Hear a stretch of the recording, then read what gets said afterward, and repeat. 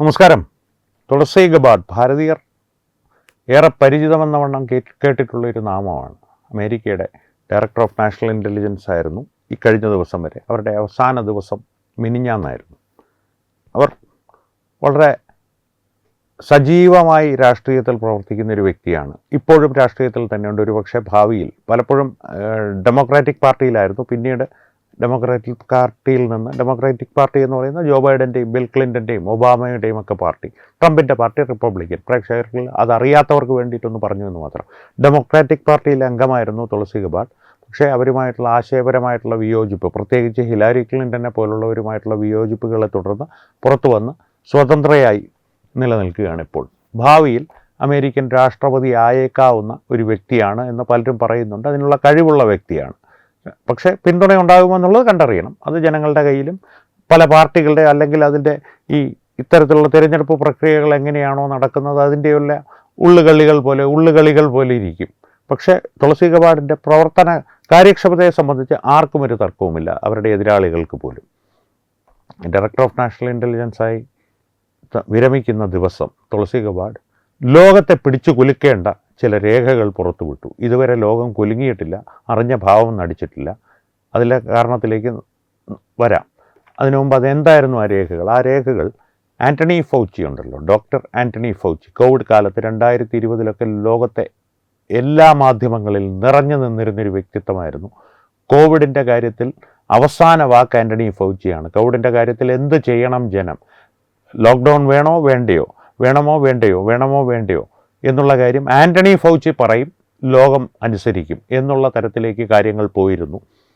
ഒടുവിൽ ഒരു തിരിച്ചറിവുണ്ടായ കാലഘട്ടത്തിൽ ഭാരതം ഉൾപ്പെടെയുള്ള രാജ്യങ്ങൾ ലോക്ക്ഡൗൺ പതിയെ എടുത്തു മാറ്റിയപ്പോൾ ആൻ്റണി ഫൗച്ചിയെ പോലുള്ളവർ വല്ലാതെ വയലൻ്റ് ആയിരുന്നു. കാരണം അത്തരത്തിലുള്ള കാര്യങ്ങൾ ചെയ്താൽ ഭാരതത്തിൽ മരണങ്ങളുടെ എണ്ണം കൂടും, ഞങ്ങളുടെ പ്രതിരോധം നോക്കൂ എന്ന് പറഞ്ഞപ്പോൾ ഭാരതം കണക്കെടുത്ത് തിരികെ കാണിച്ചു. ഇനി കോവിഡിൻ്റെ മരണങ്ങളെ സംബന്ധിച്ചുള്ള ഭാരതത്തിലുള്ള ആരോപണങ്ങളും പ്രത്യാരോപണങ്ങളും ആ വിഷയത്തിലേക്ക് നമുക്ക് മറ്റൊരവസരത്തിൽ കടക്കാം. ഇപ്പോൾ ആൻ്റണി ഫൗച്ചിയിലേക്ക് വന്നു കഴിഞ്ഞാൽ അദ്ദേഹമായിരുന്നു കോവിഡിൻ്റെ കാര്യത്തിൽ അവസാന വാക്കെന്നുള്ള നിലയിലായിരുന്നു കാര്യങ്ങൾ കുറേ കാലം മുന്നോട്ട് പോയത്, ഒരു 2023 വരെയെങ്കിലും. പക്ഷേ ഇപ്പോൾ ഈ തുളസി ഗബാർഡ് പുറത്തുവിട്ടിരിക്കുന്ന രേഖകൾ പ്രകാരം ഈ കോവിഡ് എന്നുള്ള ഒരു മഹാമാരി ലോകത്ത് പടരുവാൻ സാധ്യതയുണ്ട്. കൃത്യമായിട്ട് ഇന്ന രോഗമായിരിക്കുമെന്ന് ഉള്ള അറിവില്ലായിരുന്നു. 2005 മുതൽ അമേരിക്കയിലെ രഹസ്യാന്വേഷണ ഏജൻസികൾക്ക് അറിയാമായിരുന്നു. അവർ വിരൽ ചൂണ്ടുന്നത് ചൈനയിലെ വുഹാൻ പ്രദേശത്തെ രഹസ്യ ലാബറട്ടറിയിലേക്കായിരുന്നു. ആ ലാബറട്ടറിയുടെ ഏറ്റവും വലിയ പ്രശ്നം അമേരിക്ക അവിടെയുള്ള ഗവേഷണങ്ങൾക്ക് ഫണ്ട് അനുവദിച്ചിരുന്നു എന്നുള്ളതാണ്. അവർ തമ്മിലുള്ളൊരു സംയുക്തമായ കരാർ പ്രകാരം ആ ഫണ്ടിൻ്റെ നിയന്ത്രണം ഒരു ഘട്ടം മുതൽ 2005 മുതൽ ഫൗച്ചിയെ പോലുള്ളവരുടെ കയ്യിലായിരുന്നു. അവർക്ക് അവിടെ നടക്കുന്ന പരീക്ഷണങ്ങൾ ഒരു ബയോ വെപ്പണായി, ജൈവ ആയുധമായി ഉപയോഗിക്കാവുന്ന വൈറസുകളെ വികസിപ്പിച്ചെടുക്കാവുന്ന തലത്തിലേക്ക് നീങ്ങാവുന്നവയാണ് എന്ന് 2005 മുതലേ അറിയാമായിരുന്നു എന്നാണ് പറയപ്പെടുന്നത്. ഇനി പ്രസക്തമായൊരു ചോദ്യം അവിടെയുണ്ട്. അപ്പോൾ ഈ കോവിഡ് എന്ന് പറയുന്നത് ചൈന ഒരു ജൈവ ആയുധമായിട്ട് ഉപയോഗിച്ച് ഒരു വൈറസിനെ വെപ്പണൈസ് ചെയ്തതാണോ എന്നുള്ളൊരു ചോദ്യം പ്രസക്തമാണ്. ആ ചോദ്യത്തിനുള്ള കൃത്യമായിട്ടുള്ള ഉത്തരം തുളസി ഗബാർഡിൻ്റെ രേഖകളിലില്ല. അറിയാവുന്നത്, ഇപ്പോൾ നമുക്ക് അറിയാവുന്ന കാര്യം, തുളസി ഗബാർഡ് ആരോപിക്കുന്ന കാര്യം, ആൻ്റണി ഫൗച്ചിക്ക് ചൈനയുടെ ഇത്തരത്തിലുള്ള പ്രവർത്തനങ്ങൾ, ഗവേഷണങ്ങളെ സംബന്ധിച്ച് വ്യക്തമായ ധാരണ ഏതാണ്ടൊരു 20 വർഷങ്ങൾക്ക് മുമ്പ് തന്നെ, അല്ലെങ്കിൽ ഒരു 20 തന്നെ പറയാം, 20-21 വർഷങ്ങൾക്ക് മുൻപ് തന്നെ ഉണ്ടായിരുന്നു എന്നാണ് ഇപ്പോൾ തുളസി ഗബാർഡ് പറയുന്നതും. അതിന് ആധാരമായ രേഖകൾ പലതും അവർ പരസ്യപ്പെടുത്തിയിട്ടുമുണ്ട്, ഡീക്ലാസിഫൈ ചെയ്തിട്ടുമുണ്ട് അവരുടെ അധികാരം ഉപയോഗിച്ച്, അധികാരത്തിൻ്റെ അവസാന ദിവസത്തിൽ. അപ്പോൾ ഈ ആൻ്റണി ഫൗച്ചിയുടെ കാര്യത്തിൽ ഈ തുളസി ഗബാർഡിൻ്റെ ആരോപണങ്ങൾ വെറും ആരോപണങ്ങളാണെന്നും വ്യാജമാണെന്നും വേണമെങ്കിൽ ഫൗച്ചി ഫാൻസിന് വാദിക്കാം. ഫൗച്ചി ഫാൻസ് ഒരുപാട് പേർ അമേരിക്കയിലുണ്ട്.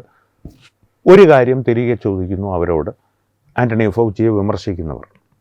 ആൻ്റണി ഫൗച്ചി സംശുദ്ധനാണെങ്കിൽ എന്തുകൊണ്ട് ജോ ബൈഡൻ അധികാരമൊഴിയുന്നതിന് മുമ്പ് അദ്ദേഹത്തിനൊരു പ്രസിഡൻഷ്യൽ പാർഡൺ എന്ന് പറയുന്ന അമേരിക്കയിലെ വലിയൊരു നിയമപരമായിട്ടുള്ള ആയുധമാണ്, അല്ലെങ്കിൽ നിയമപരമായിട്ടുള്ളൊരു സഹായമാണ്. അതെങ്ങനെ വേണമെങ്കിലും ഉപയോഗിക്കുന്നതനുസരിച്ചിരിക്കും സഹായമാണോ ആയുധമാണോ എന്നുള്ളത്. ഏത് കുറ്റകൃത്യത്തിനും അമേരിക്കൻ രാഷ്ട്രപതിക്ക് ഏതൊരു കുറ്റവാളിക്കും മാപ്പ് നൽകാം. അത്തരമൊരു മാപ്പ് നൽകിയാൽ, അത്തരത്തിലൊരു പ്രസിഡൻഷ്യൽ പാർഡൺ നൽകിക്കഴിഞ്ഞാൽ അമേരിക്കൻ നിയമവ്യവസ്ഥയ്ക്ക് പിന്നീട് അതേ കുറ്റത്തിൻ്റെ പേരിൽ ആ വ്യക്തിയെ എന്തെങ്കിലും ചെയ്യുവാനോ ഏതെങ്കിലും തരത്തിലുള്ളൊരു നിയമ നടപടി ആ വ്യക്തിക്കെതിരെ സ്വീകരിക്കുവാനോ, ഈ കുറ്റങ്ങൾ എന്തൊക്കെ കുറ്റങ്ങൾക്കാണോ പ്രസിഡൻഷ്യൽ പാർഡൺ നൽകപ്പെട്ടിരിക്കുന്ന ആ കുറ്റങ്ങളുടെ പേരിൽ പിന്നെ ആ വ്യക്തിയെ തൊടാൻ സാധിക്കില്ല അമേരിക്കൻ നിയമവ്യവസ്ഥയ്ക്ക്. എന്തെങ്കിലും അത്ഭുതം സംഭവിച്ചിട്ടില്ലെങ്കിൽ, അല്ലെങ്കിൽ ആ കുറ്റകൃത്യവുമായിട്ട് ബന്ധപ്പെട്ട് മറ്റേതെങ്കിലും പറയപ്പെടാത്ത കുറ്റകൃത്യം ഉണ്ടായിട്ടുണ്ടെങ്കിൽ ചിലപ്പോൾ നിയമ നടപടികൾ സ്വീകരിക്കാൻ സാധിച്ചേക്കാം. അവിടെയും പ്രശ്നമുണ്ട്. ആൻ്റണി ഫൗച്ചിയുടെ കാര്യത്തിൽ ജോ ബൈഡൻ നൽകിയിരിക്കുന്ന ഒരു ബ്ലാങ്കറ്റ് പാർഡനാണ്. എന്ന് പറഞ്ഞാൽ 2014 മുതൽ ഒരു കാലയളവ് മുതൽ ആൻ്റണി ഫൗച്ചി ചെയ്തിട്ടുണ്ടെന്ന് പറയപ്പെടുന്നതോ പുറത്തറിഞ്ഞതോ പുറത്തറിയാത്തതോ ആയിട്ടുള്ള സർവ്വകുറ്റങ്ങൾക്കും മാപ്പ് നൽകപ്പെട്ടിരിക്കുന്നു എന്നുള്ളതാണ്. അതായത് പൂർണ്ണമായിട്ടുള്ളൊരു സംരക്ഷണം, ഒരു രാഷ്ട്രപതിയുടെ അധികാര പരിധിയിൽ വരുന്ന ഏറ്റവും വലിയ സംരക്ഷണം തന്നെ ആൻ്റണി ഫൗച്ചിക്ക് നൽകിയിട്ടാണ് ജോ ബൈഡൻ പടിയിറങ്ങിപ്പോയത്. ജോ ബൈഡൻ എന്ന് പറയുമ്പോൾ ജോ ബൈഡൻ നേരിട്ടൊരിക്കലും ആ തീരുമാനം എടുത്തിട്ടുണ്ടാവില്ല. കാരണം അവസാന കാലങ്ങളിൽ അത്തരത്തിലൊരു തീരുമാനം എടുക്കാനുള്ളൊരു മാനസിക ശേഷി അദ്ദേഹത്തിനുണ്ടായിരുന്നില്ല എന്നുള്ളതാണ് വാസ്തവം. അദ്ദേഹത്തിൻ്റെ ഏതെങ്കിലും രേഖകളിൽ ഒപ്പിടുന്ന പേന പോലും ഇലക്ട്രോണിക് പേനയായിരുന്നു. ഓട്ടോ പെൻ എന്ന് പറയും, ഓട്ടോ സിഗ്നേച്ചർ പെൻ എന്ന് പറയും. അദ്ദേഹത്തിൻ്റെ യഥാർത്ഥ ഒപ്പ് കൃത്യമായിട്ട് അതിൽ തന്നെ പോലുള്ള എയുടെ ഒരു ചെറിയ വേർഷൻ ഒപ്പിടുന്ന രീതിയിലായിരുന്നു. പല രേഖകളിലും താൻ ഒപ്പിട്ടിട്ടുണ്ട് എന്ന് ജോ ബൈഡന് പോലും അറിയില്ലായിരുന്നു എന്നുള്ള അവസ്ഥ ഉണ്ടായിട്ടുണ്ട്. അത് അദ്ദേഹത്തോട് അടുത്ത വൃത്തങ്ങൾ തന്നെ പലപ്പോഴായി ലോകത്തോട് തുറന്ന് സമ്മതിച്ചിട്ടുമുണ്ട്. അത്തരത്തിലുള്ള ഒരു പ്രസിഡൻഷ്യൽ പാർഡൺ ആൻ്റണി ഫൗച്ചിയോട് താല്പര്യമുള്ള, ചൈനയോട് താല്പര്യമുള്ള ആരെങ്കിലും ചെയ്യിപ്പിച്ചിട്ടുണ്ടാകാം. അതും ആ വസ്തുത ചൂണ്ടിക്കാട്ടിയാണ് ആൻ്റണി ഫൗച്ചിക്കെതിരെ തുളസി ഗബാർഡ് ഉന്നയിക്കുന്ന ആരോപണങ്ങൾ സത്യമായിരിക്കാമെന്ന് ആൻ്റണി ഫൗച്ചിയുടെ വിമർശകർ സമർത്ഥിക്കുന്നത്. എന്തായാലും ഇവിടെ പ്രശ്നമെന്ന് പറയുന്നത് ഈ ആൻ്റണി ഫൗച്ചി ഇപ്പോൾ നിയമപരമായിട്ട് ഒന്നും ചെയ്യുവാൻ സാധിക്കില്ല ഈ ജോ ബൈഡൻ്റെ ഈ പ്രസിഡൻഷ്യൽ പാർഡൺ ഉള്ളത് കാരണം. ആൻ്റണി ഫൗച്ചി നിയമത്തിൻ്റെ പരിധിയിൽ വരാതെ ചൈനയുടെ ഇക്കാര്യത്തിലുള്ള ഒരു ഭീകരവാദ പ്രവർത്തനം എന്ന് തന്നെ പറയണം. കാരണം ഇത് അറിയാതെ പുറത്തു ആയതാണെങ്കിൽ, ലാബിൽ നിന്ന് പുറത്ത് ലീക്കായതാണെങ്കിലും അല്ലെങ്കിൽ മനഃപൂർവ്വം പുറത്തു വിടപ്പെട്ടതാണെങ്കിലും ഇതൊരു ഭീകരവാദ പ്രവർത്തനം തന്നെയാണ്. അത്തരത്തിലുള്ള ഭീകരവാദ പ്രവർത്തനങ്ങളെ സംബന്ധിച്ചുള്ള കൂടുതൽ വിശദവിവരങ്ങൾ പുറത്തു വരണമെങ്കിൽ ആൻ്റണി ഫൗച്ചി നിയമത്തിൻ്റെ കൂട്ടിൽ കയറി നിൽക്കണം.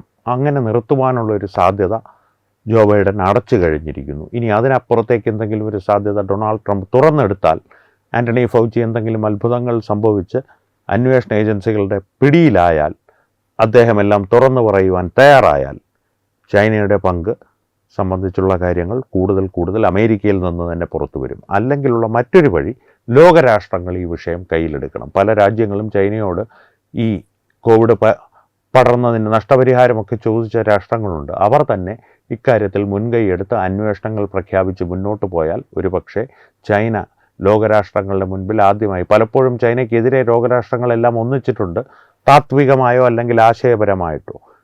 ഇത്തരത്തിലുള്ള ഒരു വാർത്ത സ്ഥിരീകരിച്ച് ഏതെങ്കിലും ഒരു രാഷ്ട്രം, അതും ഭാരതത്തെ പോലുള്ള ഒരു രാഷ്ട്രത്തിന് ചെയ്യാനുള്ളതാണ്. കാരണം വിശ്വാസ്യതയുള്ളൊരു രാജ്യമാണ് ഭാരതം. നരേന്ദ്രമോദിയുടെ ഭരണത്തിൻ്റെ കീഴിൽ ഭാരതം ചെയ്യുകയാണെങ്കിൽ വളരെ നന്നായിരിക്കും. കാരണം ഭാരതം വിശ്വാസപൂർവ്വം പറയുകയാണ് ചൈന ഇത്തരത്തിലൊരു നീക്കം നടത്തിയിട്ടുണ്ട് എന്ന് പറയുകയാണെങ്കിൽ ഭാരതം അത് ചെയ്യാനുള്ള സാധ്യത കുറവാണ്. അതിൻ്റെ രാഷ്ട്രീയവും ഭൗമശാസ്ത്രപരവുമായിട്ടുള്ള പല കാരണങ്ങളുമുണ്ട്. പക്ഷേ അത്തരത്തിൽ മറ്റേതെങ്കിലും രാജ്യം, യൂറോപ്യൻ രാജ്യങ്ങൾ, ഇപ്പോൾ UK അല്ലെങ്കിൽ ജർമ്മനി, ഇത്തരത്തിലുള്ള ഏതെങ്കിലും ഒരു രാജ്യം ഇത്തരത്തിലൊരു അന്വേഷണത്തിന് മുൻകൈയെടുത്ത് തെളിവുകൾ പുറത്തു കൊണ്ടുവരികയാണെങ്കിൽ ചരിത്രത്തിലില്ലാത്തവണ്ണം ചൈന ലോകത്ത് ഒറ്റപ്പെടും, ലോകക്രമത്തിൽ ഒറ്റപ്പെടുകയും ചൈനയുടെ തകർച്ച ഏതാണ്ട് പൂർണ്ണമാവുകയും ചെയ്യും. ചൈനയുടെ തകർച്ച പൂർണ്ണമാവുകയും ചെയ്യുമെന്ന് പറയുന്നത് പ്രേക്ഷകർക്ക് ഇതിന് മുൻപ് ഇന്ന് തന്നെ ചൈനയെ സംബന്ധിച്ച് മറ്റൊരു വീഡിയോ ചെയ്തിരുന്നു. അവിടുത്തെ യഥാർത്ഥ അവസ്ഥ ലോകത്തിന് ഇപ്പോൾ ഏതാണ്ട് ബോധ്യപ്പെട്ട് വരികയാണ്. അതുകൊണ്ടാണ് ചൈനയുടെ തകർച്ച പൂർണ്ണമാകും എന്ന് ഞാൻ പറഞ്ഞത്.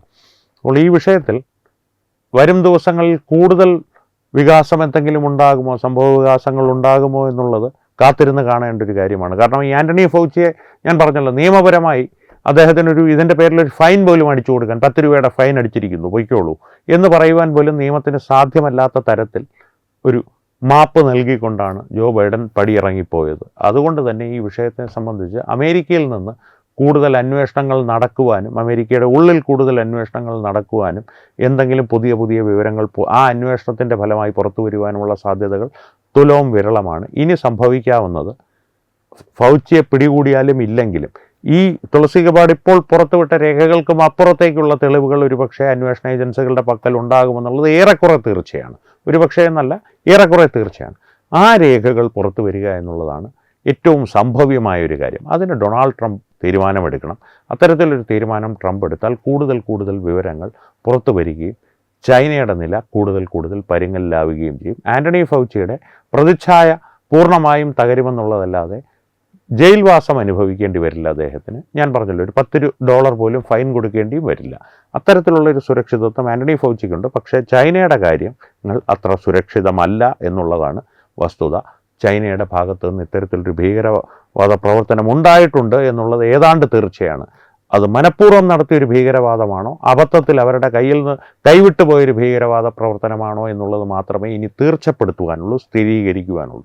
ആ സ്ഥിരീകരണം വൈകാതെ ലോകത്തിനുണ്ടാകട്ടെ എന്ന് നമുക്ക് ആഗ്രഹിക്കാം. കാരണം അത്തരത്തിലൊരു വിശദീകരണം, ആ ഒരു സ്ഥിരീകരണം ലോകം അർഹിക്കുന്നുണ്ട്. കാരണം ഉള്ളതും ഇല്ലാത്തതുമായ കാരണങ്ങൾക്ക് വേണ്ടി, അല്ലെങ്കിൽ പെരുപ്പിച്ച് കാട്ടിയ ഭീകരത കാരണം, ഈ രോഗത്തിൻ്റെ ഭീകരത കാരണം ലോക്ക്ഡൗൺ എന്നുള്ള ഒരു വസ്തുതയിലേക്ക് പോയ ജനങ്ങളുടെ ഒരു മാനസികാവസ്ഥ, രാജ്യങ്ങൾക്കുണ്ടായ സാമ്പത്തിക നഷ്ടം, ഇതിനെല്ലാം ഉത്തരം പറയേണ്ട ഒരു കേന്ദ്രം, ഒരു ശക്തി കേന്ദ്രം ഉണ്ടെന്നുള്ളത് തീർച്ചയാണ്. ആ കേന്ദ്രം ചൈനയാണെന്നുള്ളതും ഏറെക്കുറെ തീർച്ചയാക്കപ്പെട്ടിരിക്കുന്നു.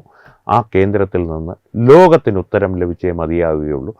ആ കേന്ദ്രം ലോകത്തോട് മറുപടി പറഞ്ഞേ മതിയാവുകയുള്ളൂ. അങ്ങനൊരു ധാർമ്മികത നിലനിൽക്കുന്നുണ്ട്. ആ ധാർമ്മികതയ്ക്ക് വേണ്ടി ഈ വിഷയത്തെ സംബന്ധിച്ചുള്ള കൂടുതൽ സത്യങ്ങൾ വരും ദിവസങ്ങളിൽ പുറത്തു കൊണ്ടുവരുവാൻ ലോകരാഷ്ട്രങ്ങൾ തയ്യാറാകട്ടെ എന്ന് നമുക്ക് ആഗ്രഹിക്കാം. ഈ വിഷയത്തെ സംബന്ധിച്ച് പ്രേക്ഷകരുടെ അഭിപ്രായങ്ങൾ എന്തായാലും, അത് യോജിപ്പായാലും വിയോജിപ്പായാലും കമൻറ്റുകളിലൂടെ ഞങ്ങളുമായി പങ്കുവയ്ക്കുക. ഒപ്പം ഈ വീഡിയോ നിങ്ങളുടെ പ്രിയപ്പെട്ടവരുമായി ഷെയർ ചെയ്യുക. ഏറ്റവും പ്രധാനപ്പെട്ട കാര്യം, തത്വമയി കുടുംബത്തിൻ്റെ ഭാഗമായി പ്രേക്ഷകർ എന്നും ഞങ്ങളോടൊപ്പമുള്ള യാത്ര തുടരുവാനായി തത്വമയി ന്യൂസ് സബ്സ്ക്രൈബ് ചെയ്യുക. 40% പ്രേക്ഷകർ സബ്സ്ക്രൈബ് ചെയ്യാതെയാണ് വീഡിയോകളെല്ലാം കാണുന്നത്. എല്ലാ വീഡിയോകളും കാണുന്ന നിങ്ങൾ തത്വമയി ന്യൂസിൻ്റെ കുടുംബമാണ്. അപ്പോൾ കുടുംബത്തിലേക്ക് ഒരു റേഷൻ കാർഡും കൂടി എടുക്കൂ, അല്ലെങ്കിൽ ഒരു ആധാർ കാർഡ് കൂടി എടുക്കൂ, സബ്സ്ക്രൈബ് ചെയ്യൂ. ഞങ്ങളോടൊപ്പം യാത്രകൾ തുടരൂ, സംവാദങ്ങൾ തുടരൂ. വീണ്ടും കാണാം. നന്ദി, നമസ്കാരം.